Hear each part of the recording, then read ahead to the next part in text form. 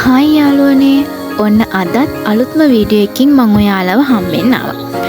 අද නම් ඇත්තටම යාළුවනේ මාරම ලස්සන දවසක්. ඒ වගේම ගොඩක් සතුටු හිතෙන දවසක්. දැනටමත් ඔයාලා අද දවස මොකක්ද කියලා දන්නව ඇති. හැබැයි දන්නේ නැති යාළුවොත් ඉන්නවානේ. අද තමයි පේරාදෙණිය විශ්වවිද්‍යාලයේ 87 වෙනි උපාධි ප්‍රදානෝත්සවයේ දවස. අද හරියට විශ්වවිද්‍යාලය මගුල් ගෙදරක් වගේ. පේරාදෙණිය විශ්වවිද්‍යාලයේ උපාධි ප්‍රදානෝත්සවය තියෙන දවසට මාසෙකට විතර කලින් ඉඳන්ම මේ මුළු විශ්වවිද්‍යාලයම සරසනවා. ඒ කියන්නේ තනකොළ කපනවා, තීන්ත ගානවා, කොඩි එල්ලනවා. ඒ හැම දෙයක්ම කරලා හරීම ලස්සන මගුල් ගෙදරක් වගේ සරසනවා. ඔයාලට පේනවා ඇති යාළුවනේ. මේ ඉන්නේ ඒ මගුල් ගෙදර මනමාලියෝ ටිකයි. පේරාදෙණිය විශ්වවිද්‍යාලයේ ශිෂ්‍යයෙකුගේ ජීවිතයේ ඉහළම සහ වටිනාම දවස තමයි මේ උපාධි ප්‍රදානෝත්සවය කියලා කියන්නේ.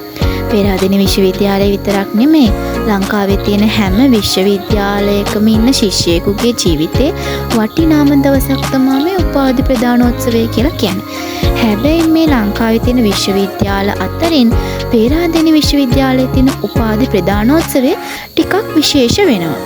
ඒකට හේතුව තමයි ලංකාවේ තියෙන විශ්වවිද්‍යාල අතරින් එම විශ්වවිද්‍යාලය තුලම උපාධි ප්‍රදානෝත්සවය පවත්වන එක විශ්වවිද්‍යාලයක් තමයි මේ පේරාදෙණිය විශ්වවිද්‍යාලය කියලා කියන්නේ. මං අහලා තියෙන විදිහට නම් උපාධි ප්‍රදානෝත්සවය ඒ විශ්වවිද්‍යාලය තුලම පවත්වන ලංකාවේ එකම විශ්වවිද්‍යාලවල පේරාදෙණිය විශ්වවිද්‍යාලය කියලා කියන්නේ.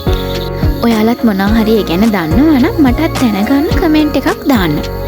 ලංකාවේ අනෙක් විශ්වවිද්‍යාලවල එම විශ්වවිද්‍යාල තුලම උපාධි ප්‍රදානෝත්සවය තියන්න බැරි එක හේතුවක් තියනවලු. ඒක තමයි ඒ විශ්වවිද්‍යාල තුල ඉඩපාඩු මදිකම. ඒ කියන්නේ යාළුවනේ මගුල් ගෙදරකට ගොඩාක් සෙන ගෙනවනේ. ඒ වගේ තමයි මේ උපාධි ප්‍රදානෝත්සවයටත් ලංකාවේ ඉන්න හැම පළාතකම එක්කෙනෙක් හරි ඇවිල්ලා ඉන්නවා. ඔයාලට වීඩියෝ එකේ පේනවා ඇති යාළුවනේ. උපාධි පෙරහැර පටන් අරගෙන දැන් එන ගමන් තියෙන්නේ. මේ උපාධි පෙරහැර යන පාරට කියන නම දන්නවද ඔයාලා? මේ පාරට කියන්නේ මල් පාර කියලා. සාමාන්‍යයෙන් පේරාදෙණිය විශ්වවිද්‍යාලයේ උපාධි ප්‍රදානෝත්සවය පවත්වන ලබන්නේ ගෘහස්ත ක්‍රීඩාංගණේ. ඒ කියන්නේ ජිම්නේසියම් එක ඇතුලේ. උපාධි ප්‍රදානෝත්සවය තියෙන දවසට මේ ජිම්නේසියම් එක ඇතුළට යන්න පුළුවන් උපාධි අපේක්ෂකයයි එයාගේ අම්මයි තාත්තයි විතරයි. ඒ කියන්නේ පවුලෙන් දෙන්නෙක්ට තමයි මේක ඇතුළට යන්න පුළුවන් වෙන්නේ. මේ උපාධි පෙරහැරේ ප්‍රථම උපාධිය ලබා ගන්න අය වගේම පශ්චාත් උපාධිය ලබා ගන්න අයත් එනවා. පශ්චාත් උපාධිය ලබා ගන්න අය ඉස්සරහිනුත් ප්‍රථම උපාධිය ලබා ගන්න අය පිටිපස්සිනුත් විදිහට පෙළ ගැහිලා තමයි එන්නේ. බලන්න යාළුවනේ, හරිම ලස්සනයි නේද? මට නම් මේක දකිද්දී මාරම සතුටක් දැනුණා. අවුරුදු 13ක පාසල් අධ්‍යාපනය නිමා කරලා උසස්ම ප්‍රතිඵල අරගෙන මේ පේරාදෙණිය විශ්වවිද්‍යාලය ඇතුළට ඇවිල්ලා බොහෝ දුක්ඛම් කටළු මැද්දේ අවුරුදු 4ක් විශ්වවිද්‍යාලය තුලත් ඉගෙනගෙන එයාලගේ අධ්‍යාපනයේ අවසන් ප්‍රතිඵලය නෙලා ගන්න දවස තමයි අද දවස. එයාලා මේ දවසේ හරිම ආඩම්බරයෙන් මේ මල් පාර දිගේ හරි ලස්සනට ඇවිදගෙන යනවා.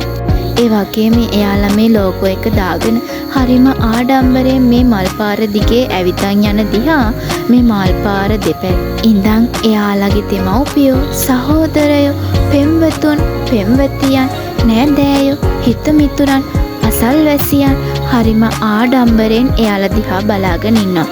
එදාට දැනෙන සතුට නම් කියලා නිම කරන්න බෑ.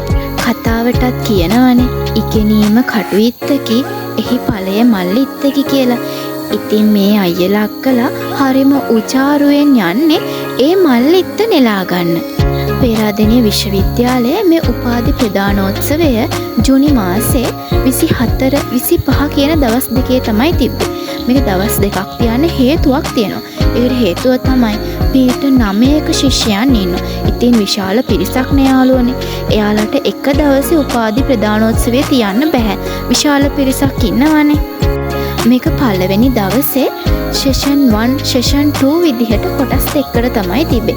ඒ කියන්නේ කොටස් වලට බෙදලා උදේට කොටසයි දවල්ට කොටසයි විදිහට තමයි මේක පවත්වන්නේ.